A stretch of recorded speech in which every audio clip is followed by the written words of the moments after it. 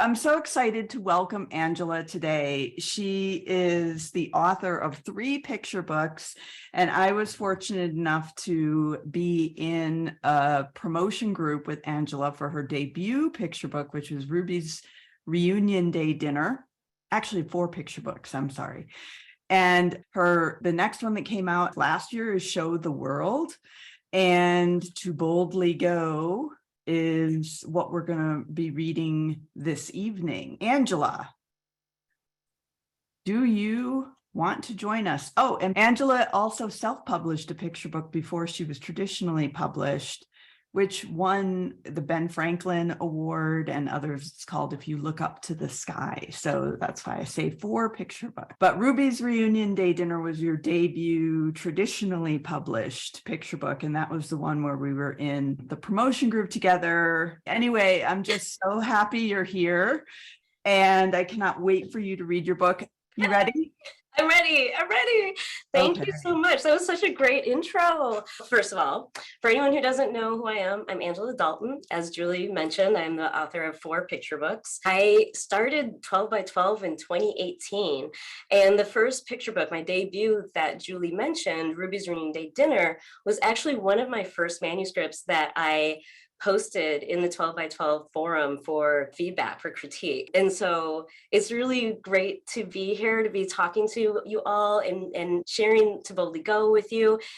All right, To Boldly Go, How NICHELLE and Star Trek Helped Advance Civil Rights, written by myself, Angela Dalton, and illustrated by the amazingly talented New York Times best-selling illustrator, Lauren Sommer.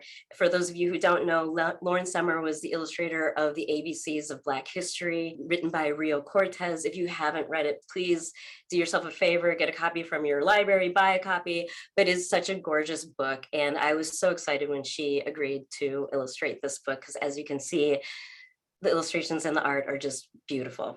It was TV night, the best night, and I could hear the click, click, clicking of buttons as Dad searched for the right channel. As the sweet, syrupy goodness of red Kool-Aid splashed into my glass, I knew the real treat was yet to come. Mom, Dad, and I settled into place, and as the opening began, I followed along out loud. Space, the final frontier. These are the voyages of the Starship Enterprise.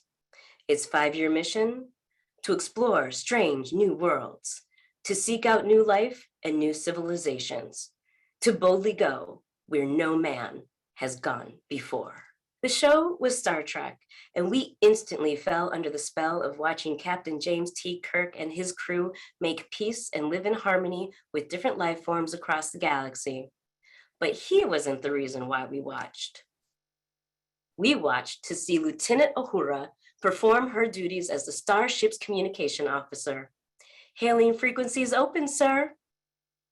Lieutenant Uhura was played by actress NICHELLE, and we burst with pride seeing someone who looked like us standing as an equal to make the future better for everyone.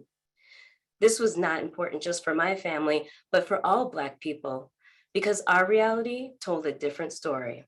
When Star Trek first appeared on TV, America swirled in a whirlpool of change. Dr. Martin Luther King Jr. and other civil rights leaders joined together to inspire people to march peacefully for equality and the rights of Black people. The first question I have to ask is, the thing that struck me immediately when I started reading this book, and I was like, wow, is I don't think I've ever seen this done in a picture book before, but it starts with you as a child. It's almost like a little bit of a memoir. And one of the things I know agents and editors say right now about picture book biographies is that because the market is pretty full with them, you have to find unique ways to tell the story of someone's life. And you did, starting with you and the Kool-Aid and creating this whole scene. I'm intensely curious whether that was there from the beginning or if you added that in, and what was your thinking behind that? I so wish that I could take credit for that.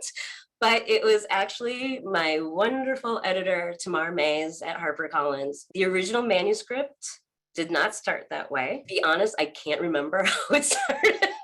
Yeah.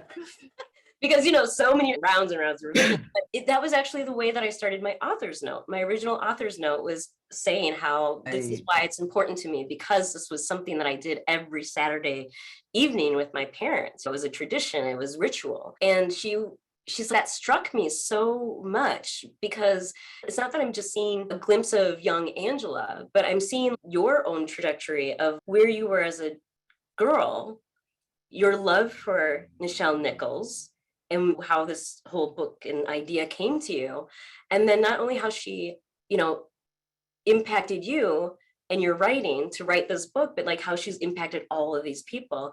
And she continues to. And so she was like, I would really like to just visually show that her impact started with this young girl and continues with young girls. So it's bookmark, or yeah, it's bookend. So at the beginning you have me, but I know. I was like, wow.